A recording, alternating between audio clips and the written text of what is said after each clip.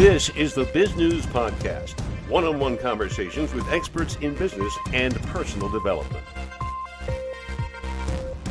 Is money money? Well, not to Ken Honda, a best-selling author in Japan who's taking his ideas about money worldwide. He says there's such a thing as angry money and such a thing as happy money. Even though you can't see the smile of the money physically, Mr. Honda says you can pretty much guess if it's smiling or not. The guru of happy money, Ken Honda, joins us for this Bizgnus podcast. Ken, if any of our viewers or listeners took a look at the bills in their wallet, they would look at various dead presidents in the United States, of course, and not one of them seems to be smiling. If anything, they look kind of grim.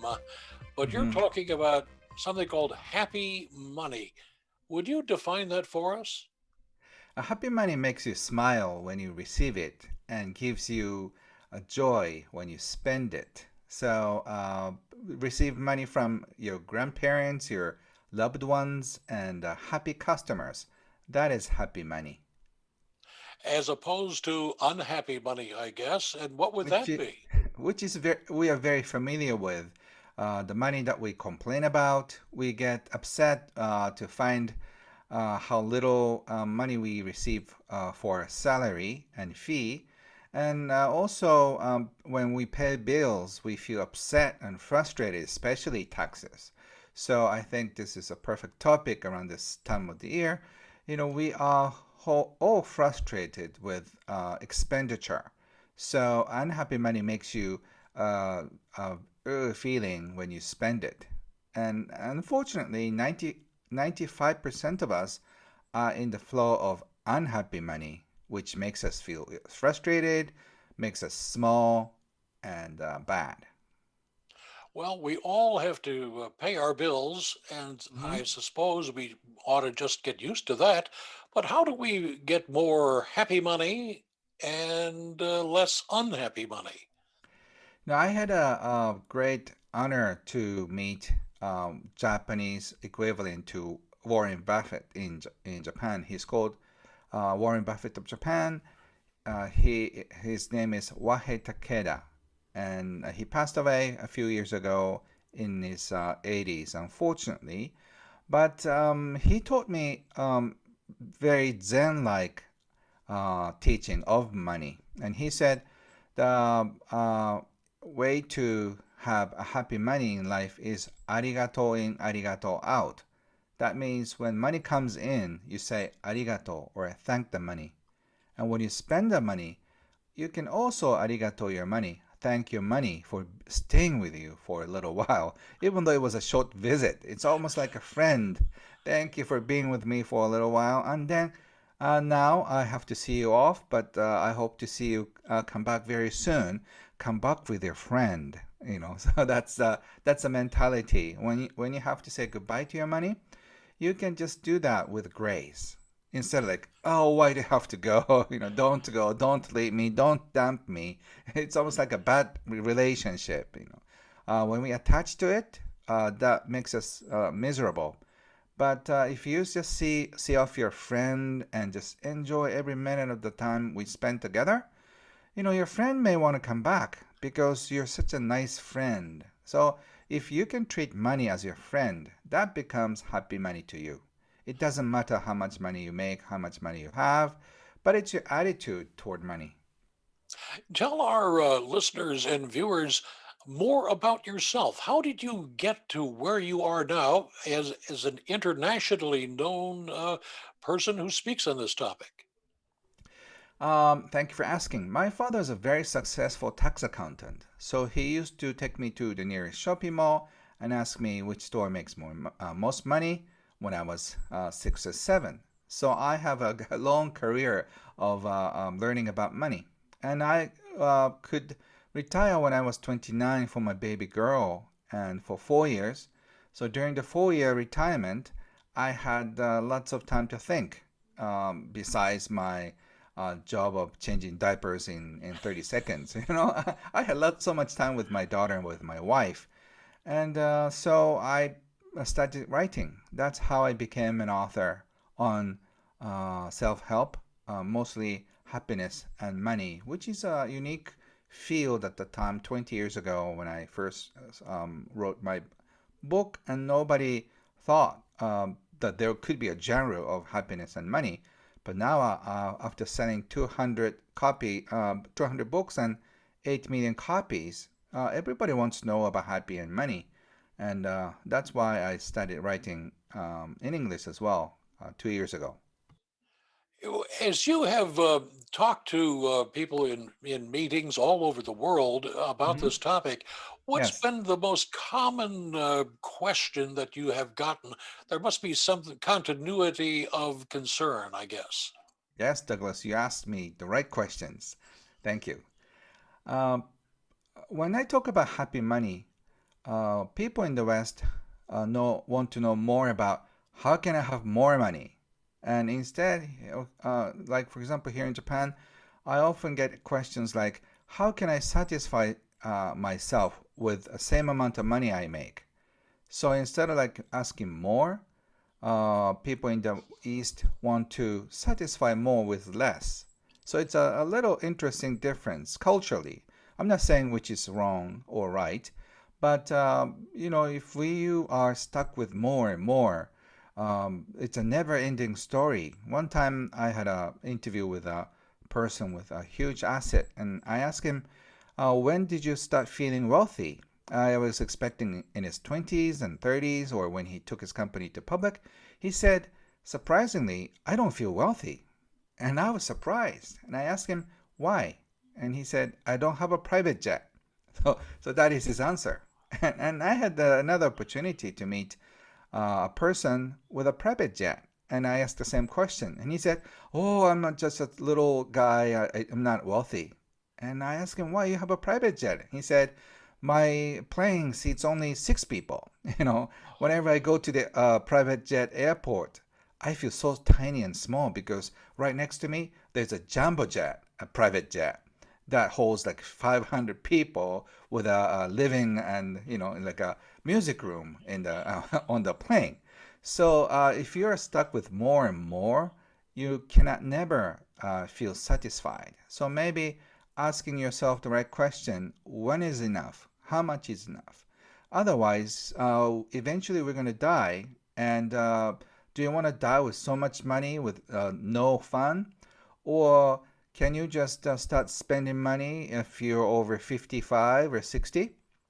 You have to start spending now. If you're in your 60s, it's not the time to start saving. You have to start spending money to to the day you die. And ideally, if you have no money when you die, I think it's a beautiful death. Now, your heirs may not think that. There is one thing I'm curious about, and for our listeners, bear with us. Behind you, Hmm. on either side of your fireplace mantle, you have four stuffed panda bears, something that children might play with. Yes. They're not full size, obviously. Uh-huh. Is there a reason for that? There's no specific reasons, but my nickname is Happy Panda. Wherever I go, a lot of people show up. I do events, thousands of people show up. So people just think I'm a lucky charm. So people started sending me stuffed, pandas. So I have a panda village in my retreat center. I have so many pandas. So, and people somehow love it, and especially kids loved it. I love to teach kids about money. It's a good start. And when you're older than 30, it's so hard to change who you are and change your concept around money. So I think when it comes to financial education, start early is my idea. But it's not just about the money IQ. I want you to start teaching money EQ, which is emotional side. If your kids start feeling that money is good, money is lovely, money can be your best friend, your kids' attitude toward life will be very positive. And kids cannot wait to grow up. These days, unfortunately, uh, a lot of young people don't want to grow up because all the adults don't look so happy. So if we are just following our heart and doing what we love, and money can help us do that, all the kids cannot wait. I cannot, wait to grow up one day and become a happy, grown-up, responsible adult. What do you tell adults who are in mid-career? We're recording this in April of 2021 as we hope the pandemic of COVID-19 is easing and perhaps ending. And Mm-hmm. there is a lot of talk. Articles we're now seeing in newspapers like the Washington Post that say that people are ready to leave their jobs and move on to the next job. Just a Mm-hmm. constant huge churn maybe headed our way. What do you tell folks who are unhappy in their jobs or careers at the midpoint? Mm-hmm. Thank you for asking. I think this is a interesting time, and I take this phenomenon, the COVID thing, as a great wake-up call for all of us. At least to we can ask ourselves, am I in the right place? So I think everybody has a place in this world, and it may not be the one you thought of. Because if you're a lawyer, a doctor, or janitor, whatever you're doing, you may end up doing it just by coincidences, and that may be the occupation your parents wanted. You thought it's gonna look you're gonna look nice on a business card. That's why you may have chosen the profession. So this is a great timing. You can ask yourself, what is it that I really, really, really want? If we die tomorrow, would I regret doing what I do now? So I think a lot of people are asking themselves right now, well, where do I want to be? And if I want to be happiest, where should I be? And I think it's almost like a musical chair. We have to start dancing and then find a seat, right seat. But this time, there are enough chairs. So don't panic. You find your own seat because it says your name on it. And then you feel it when you sit on the right chair. That makes you so relaxed and so happy and so fulfilling. So if you feel frustrated or something is off, that's not your chair. So music is ringing, so you have to get up and just start finding your chair. And the same goes true with your partner. If you feel something is off, talk with your partner. If something doesn't work out, you have to leave him or her and then find another person that will be the big shift. And I think we have to experience a lot of shift. That could be sometimes painful, but it could be joyful after 10 years or 5 years or a year. So you have to ask yourself where you want to be. Ken, you've been very generous with your thoughts. What would you like to tell our audience that we haven't touched on yet? So some of you may be in a tough situation financially or mentally, but and it looks like all the doors are closed, but they may look like a wall, but it could be a door. You can push it and then it opens up. So don't assume that all the doors are locked, and you can find happiness in little thing. Spring is coming, so you can enjoy the spring. You just go out and breathe in, and that simple act can make you happy. And you can free yourself financially and also emotionally by finding and creating the flow of happy money. Once again, it doesn't matter how much you make and how much you have. It's about your attitude. If you can appreciate money coming in and going out, you can appreciate life events happening to you and in and out. So your mental attitude will be different in a few weeks. So just start appreciating money coming in and going out. That's a good And start. where can our audience get more information about you? Perhaps a website. So Ken Honda, Ken, Honda as in a car, kenhonda.com.